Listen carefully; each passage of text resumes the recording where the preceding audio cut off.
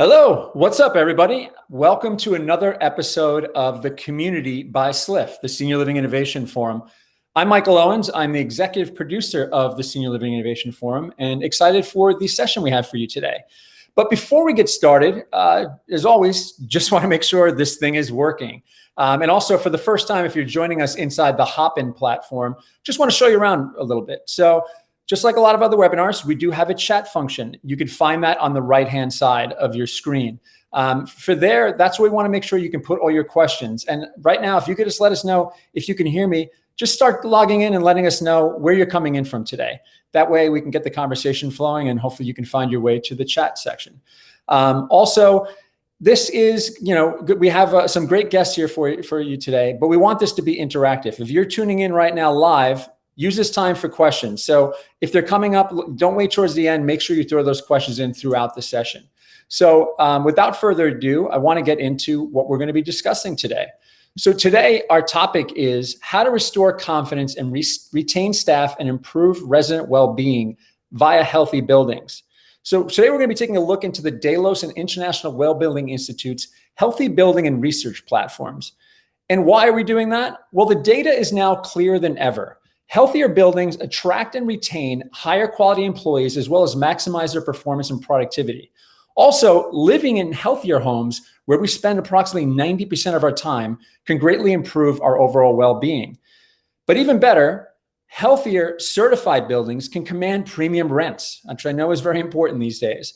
So this data was just recently released by the MIT Real Estate Innovation Lab, where they did a study that found that healthy buildings' effective rents transact almost 10% more per square foot than nearby non-certified buildings. So on this episode of the Community, we'll explore the healthy building movement and why senior housing providers should be paying attention to this rapidly moving space. So we have some wonderful guests here for you today. We have Peter Scialla. He is the president of Delos and also co-founder of the International Well-Building Institute. We also have Barb Spurrier. She's the executive director of the Well Living Lab. And we have Elie Khoury, who's the EVP of operations for Aimbridge Hospitality, the largest third-party operator of hotels in the world. So let's welcome Pete to the screen first. Allow you to do a brief introduction, share with the audience a little bit about yourself, your organization. We'll do that with each guest, and then we'll get into our conversation. Pete, you there? I certainly am. Thank you, Michael. Hopefully I'm coming through okay. It's great to be with everybody this afternoon. So as Michael mentioned, my name is Peter Scialla. I am the Chief Operating Officer and President of Delos, which is a company that operates at the intersection of real estate and the health and wellness industry, essentially converging the health sciences with the building sciences. Through our subsidiary, the International Well Building Institute, we are certifying and rating spaces of all types in over 80 countries at this point, upwards of about 2 billion square feet. So tens of thousands of locations, and we're certifying them as it relates to their effect on the health and well-being of the occupants of those spaces. This spans across commercial office buildings, restaurants, schools, libraries, airports, stadiums, senior facilities, hotels. We have actually been doing this for the better part of the last decade. Our observation, in fact, back in 2012, was that the green building movement is a wonderful thing, but why stop at focusing on the effect that our indoor environment and our buildings have on environmental health? Why not also try to measure, validate, and improve the effect that the indoor environment has on us as people? So human health, well-being, productivity, and performance. Great to be here, and I'm looking forward to the discussion. Thank you, Pete. And now, welcoming Barb Spurrier, Executive Director of the Well Living Lab. Hi, everybody. Nice to see you. My name is Barb, and I serve as the Executive Director of the Well Living Lab. I've been in the role for the last 5 years when we launched the Well Living Lab. The Well Living Lab exists as our mission to transform human health and well-being in the indoor environment. And this is a collaboration with Delos and Mayo Clinic. So prior to this role, I served at Mayo Clinic for almost 20 years, and the last decade of that time in the field of innovation. And that work at Mayo Clinic, and that continues, is really about how to think about better serving the patient, the person. So the core value of Mayo Clinic is that the needs of the patient come first. But how are we really servicing those needs, and how are we thinking about the experience of health and healthcare? And there's so much opportunity, as we know, that how can we try to meet people where they are, where we spend a lot of our time inside? How can we think about shifting the center of gravity from the physician's office in the hospital to the person? And that opens up so much opportunity. So our Well Living Lab brings together the health science of Mayo Clinic, ranked as the #1 healthcare system now in the world, with Delos and their whole expertise in building science. So we have health science, building science coming together, and a lot more to share about the Well Living Lab, which is located adjacent to the Mayo Clinic campus in Rochester, Minnesota. Thanks, Barb. And last but not least, Elie Khoury.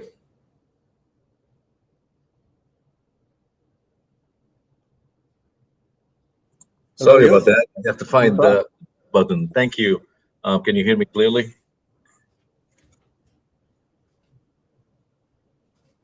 Thank you all for allowing me to be on the panel.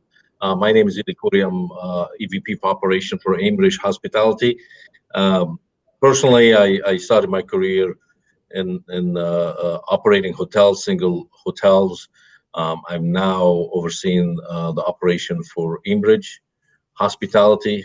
Aimbridge, it is the largest third-party management company in the world. We operate hotels in Canada, in Caribbeans, and Eastern and Western Europe, including the United States, obviously.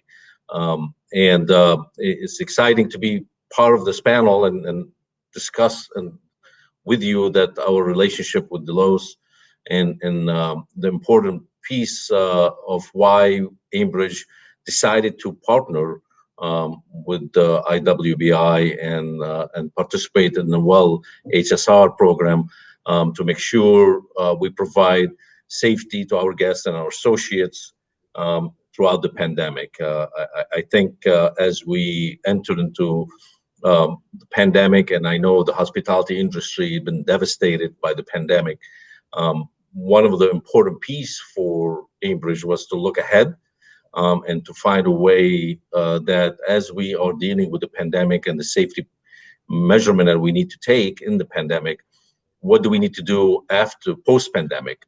And that was the important piece, and our partnership with Delos and the certification was really important to start thinking ahead and finding a program, but it has a longer runway for our guests and for our associates. Thanks, Elie. Well, I'm really excited for this discussion today. We have a lot to unpack. And, as Elie was just stating, about what Aimbridge is doing, it's not just Aimbridge, it's Four Seasons Hotels, it's Lowe's Hotels, a lot in the hospitality world have been partnering with Delos International Wellbeing Institute. And that's why I wanted to bring this to the senior housing community, because we know there's a lot of challenges around the three things that we put in the title, right? Around retaining staff, consumer confidence, and obviously still thinking about the residents. So, when we talk about the concept of healthy buildings and even the term wellness, I mean, let's just get real, that gets thrown around a little too much in all industries. But Peter, I want to bring, we can go back to everyone on the screen now. Peter, can you just explain what is a healthy building? Well, fantastic. Thank you. The research that we embarked on about 10 years ago was driven by a number of instincts, which, of course, informed by a good body of work of 30, 40, 50 years of categorical research in the fields of air quality and water quality. Perhaps a newer domain of research was the effect that light has on the human body and on sleeping patterns, susceptibility to long-term disease and whatnot. And so when we think about, what is a healthy building, it really is a confluence of all factors. It is certainly, the more intuitive categories of sort of purification of any contaminants in the space. But it also is the things that may not be so intuitive at first, which is, for instance, the category of light, but then beyond that, so many things that can be done from an operational perspective, a procedure perspective, how these buildings are run and operated, So this is not just a necessarily an architectural thing where, it involves a heavy capital expenditure to make improvements.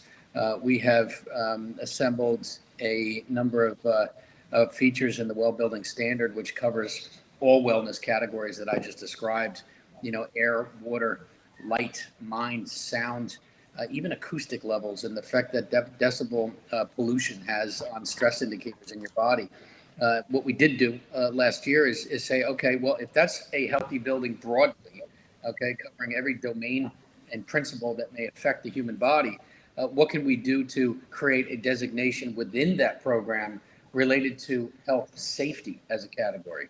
And when we considered health safety, naturally it was driven by a response to pathogen transmission and the COVID pandemic. But far beyond that, when you think about health safety and what the pandemic has illuminated is that our spaces matter. What we touch matters, what we breathe matters, how we convene indoors matters, how we behave indoors matters. And that's something that's got a lot longer life than a response to a potential pathogen transmission. So health safety as a subcategory within a broader body of work for a consideration across all of the disciplines and domains. The idea here is that the indoor environment is certainly having an effect on our health, our well-being, our productivity, our performance, our sleeping patterns.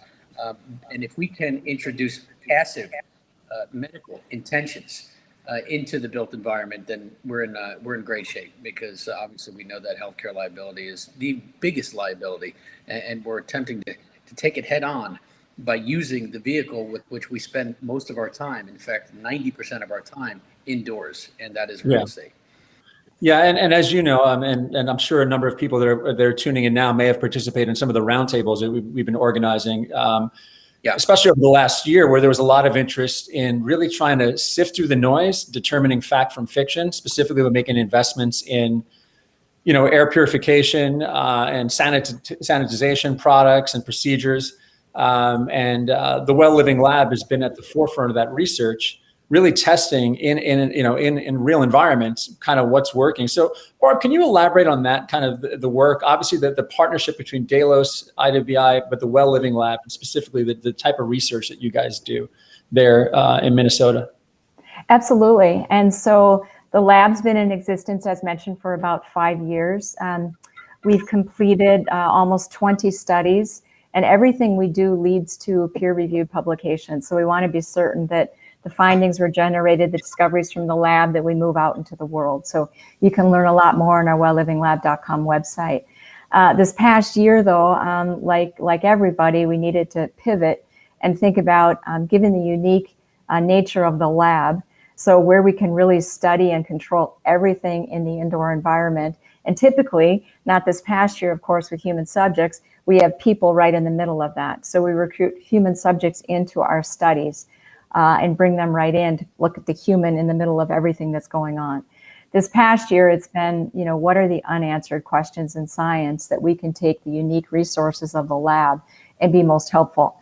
So we've been working very closely with Mayo Clinic, with virologists, infectious disease physicians, with molecular medicine scientists and such, as well as the University of Minnesota. And that is really the Department of Mechanical Engineering.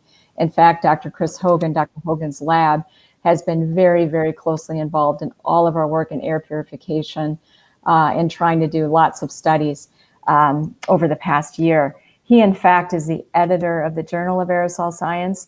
So in terms of what are those unanswered questions and how can the lab be most helpful, it's really been great to have these experts together to try to determine what we can do. So we've really been working in the area of surface as well as air. On the surface side, how can we actually take the most widely used available disinfectants and look at the presence, the replication, and the viability of surrogates for SARS-CoV-2 on common surfaces. So we've learned a lot, again, working with infectious diseases at Mayo Clinic, and that what we tend to do is over-clean our surfaces. Our work in the past 6 months or so has really focused a lot on air and all the things we're learning about the importance of paying attention to the aerosolized particles. And I can get into more detail about important work that's gone on there. and what we can think about in application of that work.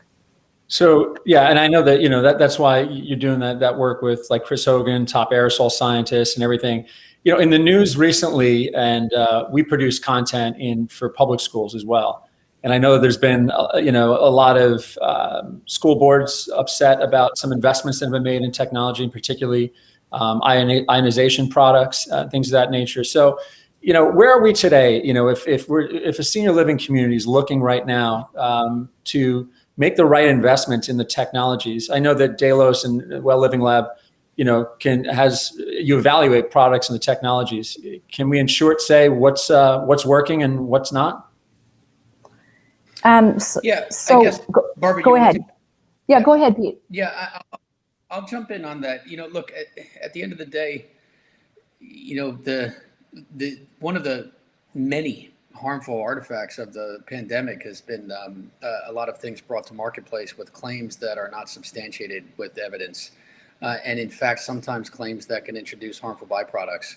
I think the most prominent example of that has been in air purification units, where particular methods of action may certainly be effective as it relates to killing viruses, but without substantial evidence as it relates to real life simulations and testing outside of a laboratory on what happens when you throw charged particles out into the air, particularly next to a window with sunlight coming in, and that reaction potentially causing ozone production. We may be doing more harm than good if we're not careful. We have taken a position, where we are agnostic to product hardware. We're not a manufacturer. In fact, the heartbeat of our organization, it rests on the science and validation.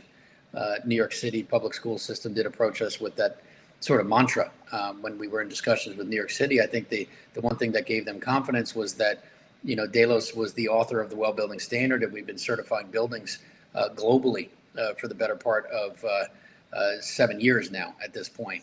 And so, not popping up overnight, and certainly not having a bias towards one particular solution, but rather outcome driven, is important.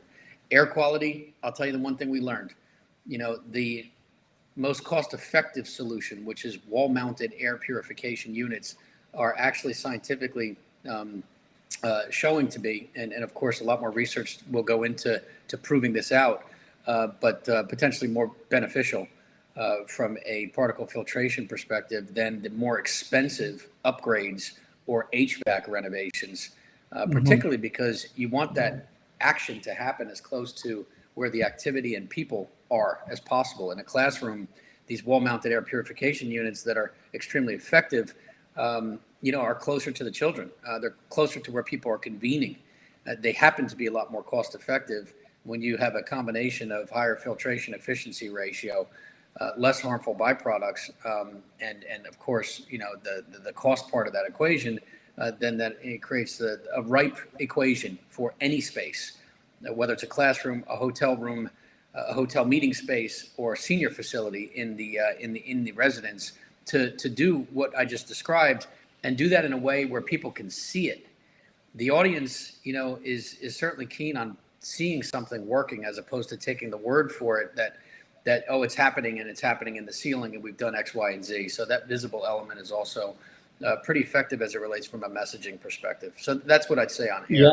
Yeah. Barbara, I'm sorry if I interrupted you. No, if I can just add to that, that would be great. So what we've been doing in the Well Living Lab is really evaluating how changes to room operation, ventilation, filtration, and layout, spacing, and such are impacting airborne particle dispersion and deposition. So our research so far has noted the effectiveness of portable air purifier use, something that Pete has mentioned. But what we're doing is we're extending any previously reviewed study, and again, having people like Dr. Chris Hogan, University of Minnesota, Mayo Clinic.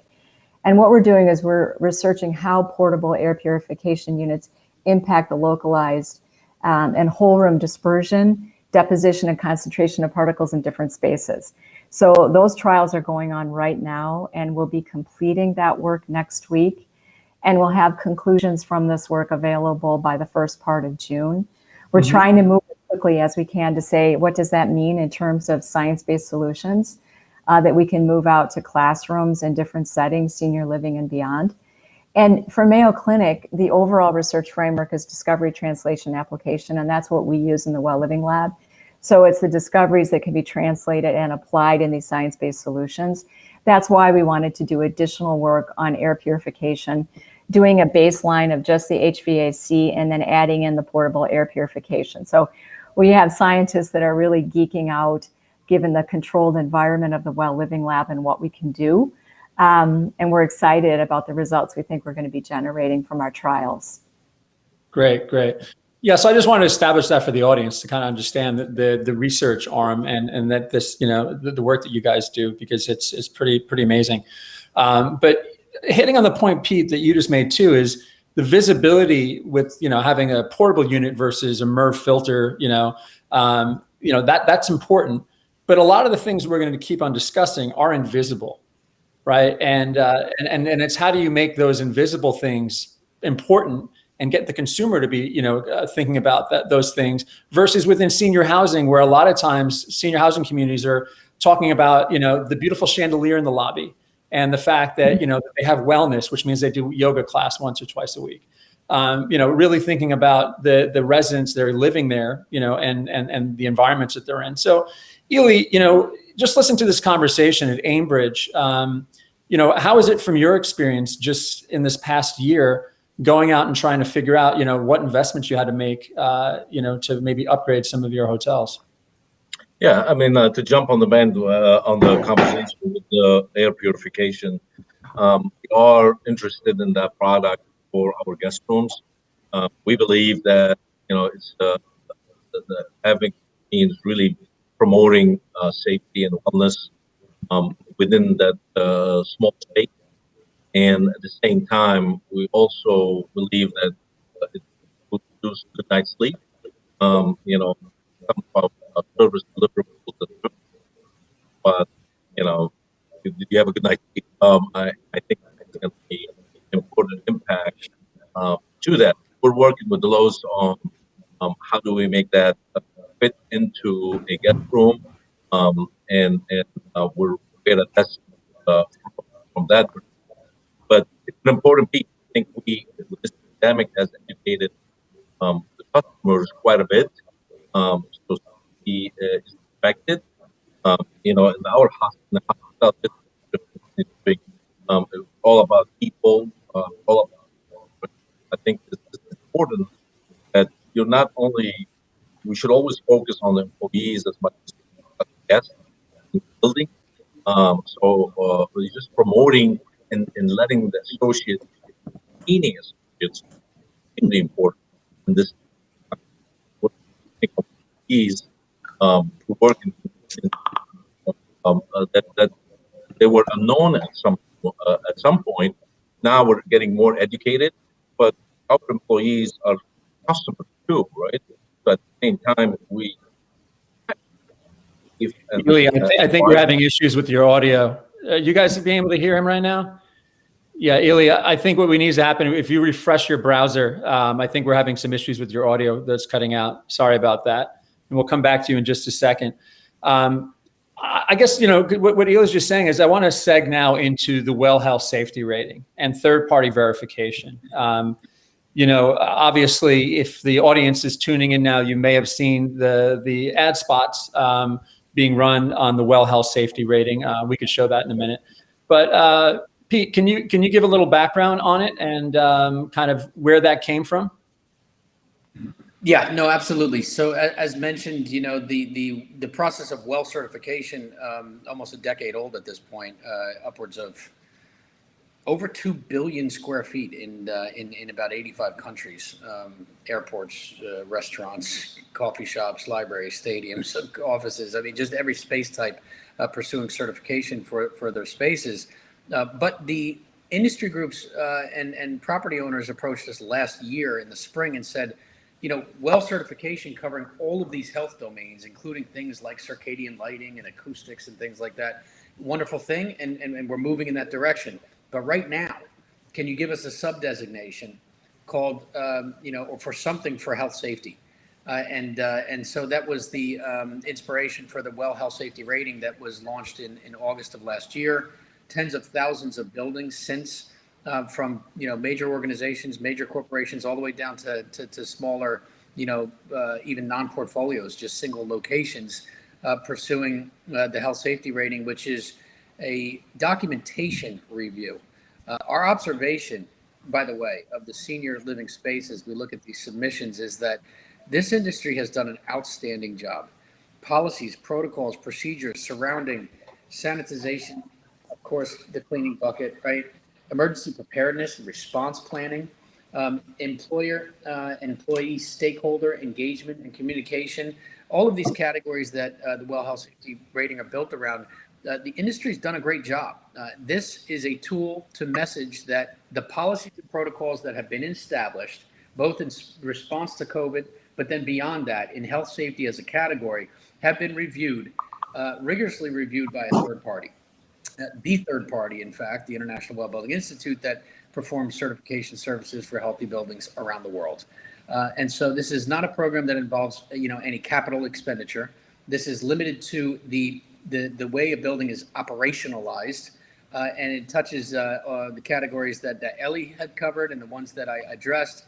And it has been a very cost-effective way for portfolios of buildings or single assets to get acknowledged for the work that they've done, to check the box on a third-party verification of that work, and then equally as important, to message that to their audience, whether that's the children, parents staying in a particular facility, or the employees and staff of that facility, because the Well Health Safety Rating and the Well Seal is ubiquitous, right? I mean, this is the type of mark that people are seeing on the stadium when they go visit their sports team, their office when they go to work, the coffee shop where they get a coffee in the morning, and then naturally the hotel they visit as well. And I think that brand messaging, to really put it all into one bucket, is something that is important, right? Because illuminating the work that has been done is something that may be the missing piece right now. You guys deserve credit for what you've done. A documentation review of those policies to make sure that they're mapped correctly to science is something that the CDC and the WHO and the NIH will not do. They will not serve as third-party sort of certifier in that regard. And we were asked to fill that void. It's what our organization does, and we stepped in last year. The economics are quite accessible. As a matter of fact, we have very few examples where we're getting folks saying that this is not attainable from an economic perspective.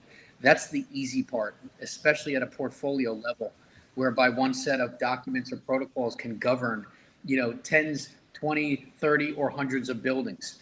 That would lead to one set of documentation review, and those cost efficiencies are passed downstream. In some cases, you're talking about, a few hundred dollars per building. It's really not an economic barrier, but the messaging power and the marketing power is key. So it makes sense, obviously, across all the different typologies. I've gone into my local Chase branch, and I see the Well Health Safety seal on the door. I've been in Simon property malls, and I see that coming in. So I'm seeing it more and more. But when I think of senior housing right now, that has a very, I don't say a very big challenge, but has some challenges around public perception and regaining consumer confidence. I obviously can see that, being something that senior housing providers should take a closer look at. So, but just to elaborate on that, why do rating and certification programs matter? And can you explain a little bit more IWBI's role? Because I think we didn't hit too much on that. We talked about Delos, the Well Living Lab, but the International Well Building Institute. Yeah. So the International Well Building Institute, look, the world we live in now, especially illuminated by the pandemic. The pandemic has showcased so many horrific things, and a couple of learnings out of the pandemic that I think people are gravitating towards is really two principles. One is that our spaces matter to our health and well-being, and two, the need for third-party, independent, unbiased validation is now more important than ever. It will become increasingly important, in fact, I think, as we drive through the next ugly chapter of this, which will ultimately be liability and lawsuits. And I've heard countless times from folks and institutions that are using the program that this is an extra barrier in that regard, to show that it wasn't just an organization making decision about policy, but in fact that set of protocols being vetted and validated by a third party, independent third party that will help in the forwards related to liability for sure, but certainly in the near term in gaining public trust. So the need for a standard, the need for a standard bearer, and the need for an independent actor in the equation now seems to be front and center on everybody's minds, and that is the role that the International Well Building Institute plays. Yeah. So Elie, can we hear you now? Try that? Can you try it now? Can you Yeah, I think we got you back, man. So, all right, thank you. Aimbridge, at least when I read the press release, and I know it's a few weeks old at the time, I think you guys had certified close to 100 buildings, or is it larger than that?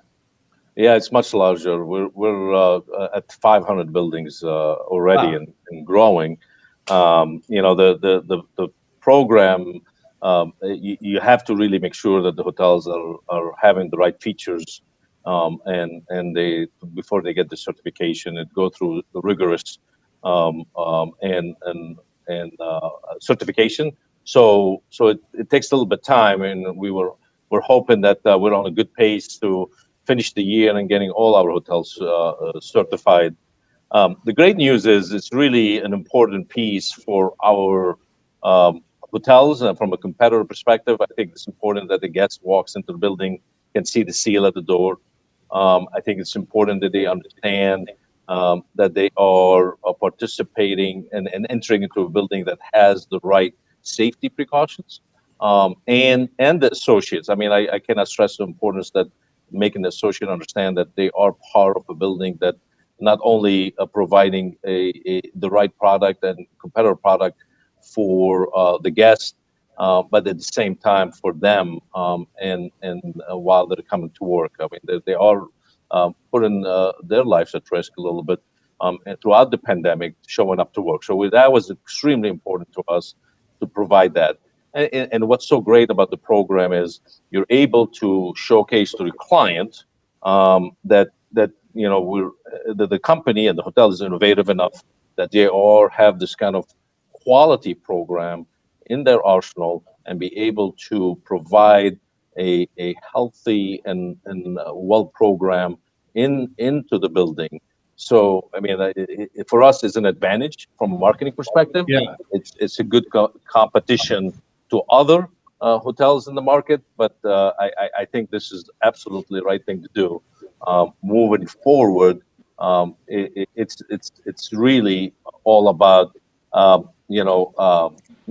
think that's what's really more important is to focus a little bit more on delivering that safety precaution and make sure that part of the features is so great is providing that building safety and security also on top of the pandemic.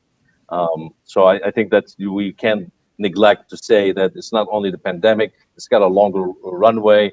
It's focusing post-pandemic items.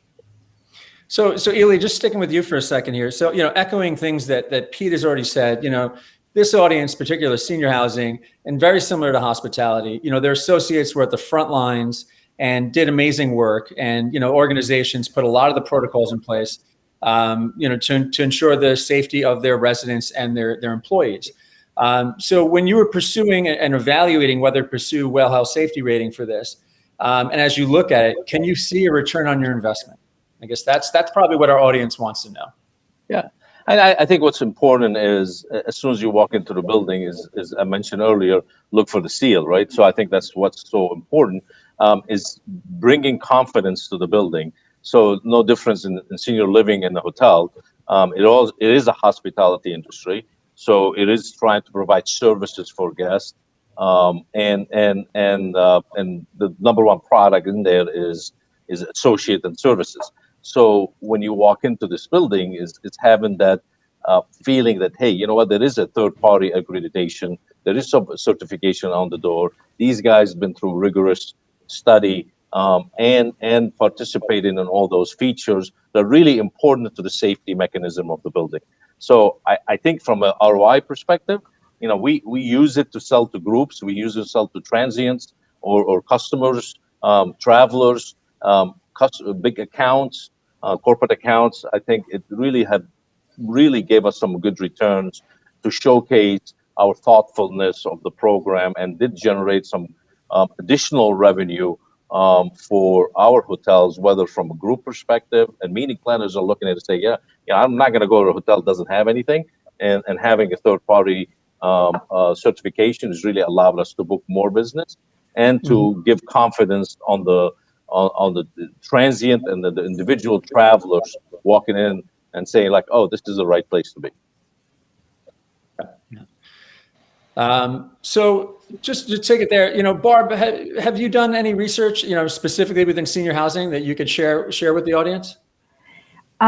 Thanks so much for the question. So, I think just to comment on what was just stated, I think this idea of, making what feels invisible visible when we think about senior living, and for all of those who have loved ones in senior living facilities. My mother-in-law is in independent living right now, about to transition to assisted living. And it's just all of these things that we're looking for, as Elie mentioned, about building our confidence of these environments. So I think it's critically important. So for the Well Living Lab, in Q1 of 20, right before the pandemic happened, we had a workshop with the Well Living Lab and the Mayo Clinic Kogod Center on Aging. So this is an international center with hundreds of people, physicians, scientists, doing work on aging. And really, really interesting. So there are more board certified geriatricians and gerontologists at the Kogod Center than anywhere in the world. And there's a department now just focused on geriatrics and gerontology. So we're so fortunate to have that right in the backyard of the Well Living Lab, and how we're coming together to think about the unanswered questions. But in that workshop, we laid out a whole plan, something we've been building for the last 5 years since our lab opened, is the field study platform. So it's the opportunity that anywhere with an internet connection is a place that we can go and actually do research, extending the walls of our Well Living laboratory. So we're really, really excited in what we've done, the research roadmap we've built out. We've done work already in lighting and biophilia and all kinds of things, in air quality, that we think could apply these science-based solutions immediately. But additional work, again, working with the human, this idea of how we partner with people living in senior living facilities to think about the unanswered questions. Our colleagues at the Kogod Center, again, scientists, world-renowned scientists, have said that's the next frontier. How are you thinking about, the experience of our seniors in different living environments, and how we can look at, improving their independence and the quality of their living situation. So there's a lot going on in that area. And now things are finally starting to open up. In fact, we're just starting our human subject studies now. We have permission from our Mayo Clinic Institutional Review Board to get going again. And we're really, really excited about what will be coming next in our senior living research. Well, great. We're going to have to do a follow-up on that research. That's wonderful. Before we move on to a few other things, which I want to get onto, is staffing and kind of the research that you guys have around well building and the employee engagement part of things. I do want to still stay on the well health safety rating, and also building awareness. So I mentioned earlier that you guys have a commercial that I see quite often, I guess in the market that I'm in. If we can bring it up right now, we can show everyone tuning in. You guys have some pretty recognizable faces talking about the well health safety rating. We all want to feel safe in the places we spend our time. Restaurants, theaters, stores, hotels, stadiums, offices, banks, childcare centers, and schools. I'm Dr. Richard Carmona. This is the Well Health Safety Seal from the International Well Building Institute, the global authority on healthy buildings. When you see the Well Health Safety Seal, it means health and safety measures have met rigorous scientific standards. So look for the Well Health Safety Seal outside and feel more confident going inside. You couldn't get the Kardashians too? what I think you need though for senior housing, and I can picture one with like Dick Van Dyke, Willie Nelson, and like Betty White. I think that would be good. Everybody would do it. They'd be looking for that seal on their senior living communities. But that's obviously a great thing to bring awareness. And I guess it goes back to the question I want to bring up is, for Elie, going back to you, is what are you doing to, promote this as well beyond the seal on the door? Is it in your marketing materials? Is it present in your websites? Are you using it as a recruitment tool when you're putting out there? Because I know hospitality is dealing with staffing challenges just as much as senior housing is. Probably not as much as senior housing, but pretty close. Yeah, definitely. So I mentioned earlier, investing in our associates, retention is important, and recruiting even more important today than ever before. So we definitely use it part of our recruiting, and we definitely educate our associates from a communication perspective. We want them to feel and understand the program as well as our customers. So the QR code on the seal, when the guests can click in on it and see it, understand what it's all about. We do the same thing for our associates, because we believe that if the associates believe in the right place, they're going to provide the right service, and feeling safe and understanding that the company investing in them and investing in their safety, it's crucial in very competitive market today. So yes, we are using it for recruiting, and yes, we are using it for retention. And part of the vaccination campaign that we have, we provide incentive part of the program to associate to make sure they're getting vaccinated. So I think it's the way to do it from a recruiting perspective, is building confidence for the guest, but more importantly for our associates. Mm-hmm. Absolutely, 100%. Yeah. So Peter or Barb, can you kind of share, I guess the research that you show, regardless of typology, how pursuing well certification or healthier buildings impacts employee productivity? I guess maybe Pete, we can talk to you on that, and retention, because I think that this is a big challenge for senior housing. We run sessions on this all the time. There's no silver bullet, but every little thing counts. And I think, being differentiators are important. So being the differentiator of pursuing well to the resident, of course, is important. Saying, hey, our community is well certified or well health safety certified, but also to employees, looking for these things. So what is the research showing? Well, great. Michael, I know you referenced the MIT study at the outset of this, and mm-hmm. It was great to see the work coming out of MIT related to ROI and asset price improvement, rental rates, and things like that. Perhaps the less focused on, but certainly equally as prominent and perhaps even more effective area is what this does to staff, what this does to employees, retention rates, absentee rates, productivity. And certainly just the day we live in right now, basically, is folks want to see that their organization cares about them and that they're providing not only a safe environment, but a environment that will promote their health and well-being as well. We as an organization have done a lot of work with our client base, but we certainly do rely on industry groups to make their own claims about increases in retention and productivity. I can tell you that there is a wealth of studies outside of our ecosystem that have been produced independently, showing upticks both on a case-by-case basis and a portfolio basis, upticks in retention, presenteeism, of course, reduction in absenteeism, and then naturally, some of the explicit research that's focused on the effect of air quality or lighting on productivity. That's some of the things that would be continuous body of work for the Well Living Lab. The instincts are right. This is something that is intuitive, and it's not hard to get your arms around. A better work environment does lead to more productive, happier employees that want to be at work and certainly want to stay at a company that is showing them that they care about their employees' health and well-being. Sorry, of course, there's someone out with a lawnmower outside my window. Perfect timing. And Elie, yes, it is better with the headphones.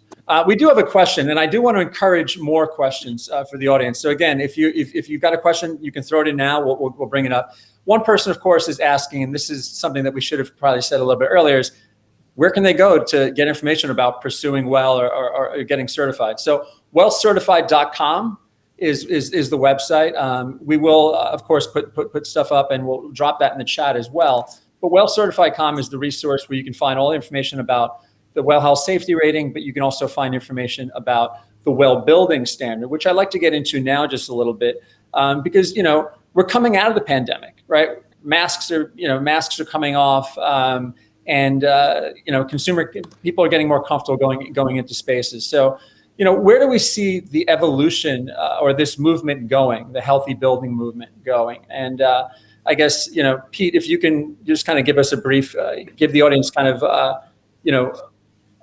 the tenets of the well building standard, and if you can compare it again to LEED, because I think this audience, is very familiar with the LEED rating system. So what is the well building standard compared to the LEED rating system? Excellent. And so, Michael, thanks for drawing the distinction between well certification and well health safety rating.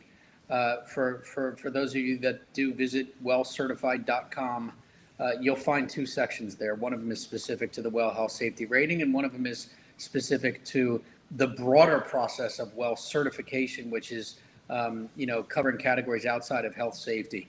Important when you start to unpack the criteria of each, that you don't mix them up. I think what you'll find, in well certification and the full platform is there are a number of categories, including, acoustics and lighting and things like that are certainly important to the human body and part of the process for certification, but not required for the well health safety rating. That obviously has implications on cost and so on and so forth. So make sure you make that distinction if you're unpacking information, and we're happy to circulate a summary of each program. But broadly speaking, our observation in 2012 was that the green building movement, wonderful thing, right? Measuring, validating, improving, and encouraging, buildings that use less energy, inspiring a lower carbon footprint. I mean, that nobody can argue that was a wonderful movement. I think our observation was, but there's a real vacuum in thought as it relates to the effect that buildings have not only on the environment but on the people inside, and therefore we decided to pioneer a parallel but complementary movement that focused on occupant health and not just environmental health. So the well building standard, and if you think about this from a consumer demand perspective, you look at what happened from 2005 to 2015, this notion of wellness started to get infused into just about every consumer product, right? It's not water, it's vitamin water. And we said, okay, well, the largest consumption, in fact, the largest asset class there is real estate. So why not converge the health sciences with the building sciences and attempt to marry the world's largest asset class with arguably one of the most important industries and certainly one of the fastest growing right now, health and wellness. So this has had legs and momentum going into COVID.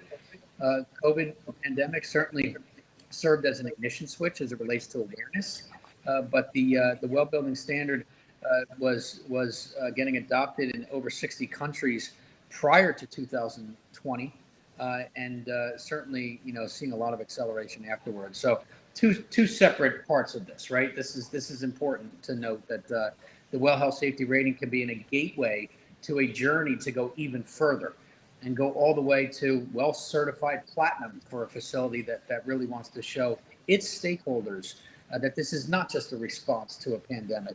This is a trend that is going to be around for a very long time. Just as 9/11 was an ignition switch for the security industry, we're still dealing with all of that today. Just as perhaps Hurricane Katrina was the eye-opening moment for the green building movement, where the adoption of LEED went vertical post Katrina, we're seeing the same thing, and we believe that we've got that threshold moment, hopefully in the rearview mirror, as everybody works so hard to come out of this pandemic. Yeah, and I said at the start of this, the industry has been talking about, senior housing has been talking about wellness for a long time, and kind of get caught up a lot in amenities. I looked at some recent, communities that are getting some press for their health and wellness, and you go on the front page of their site and they're advertising that they have a curated art collection, that they're spending their money on that. And I think that the industry, if this is a place where I'm looking to consider to put my mother or my father into, I'd rather see that they're investing in the things that are quality lighting, quality acoustics, quality water, quality air quality. Elie, from a hospitality standpoint, and again, thanks for participating, because I think the senior housing industry always likes to hear from outside industries, particularly hospitality. But what is your vision for kind of where we're going to come out of the pandemic? What's going to stick, and where do you see, this healthy building movement going, specifically within the hospitality sector?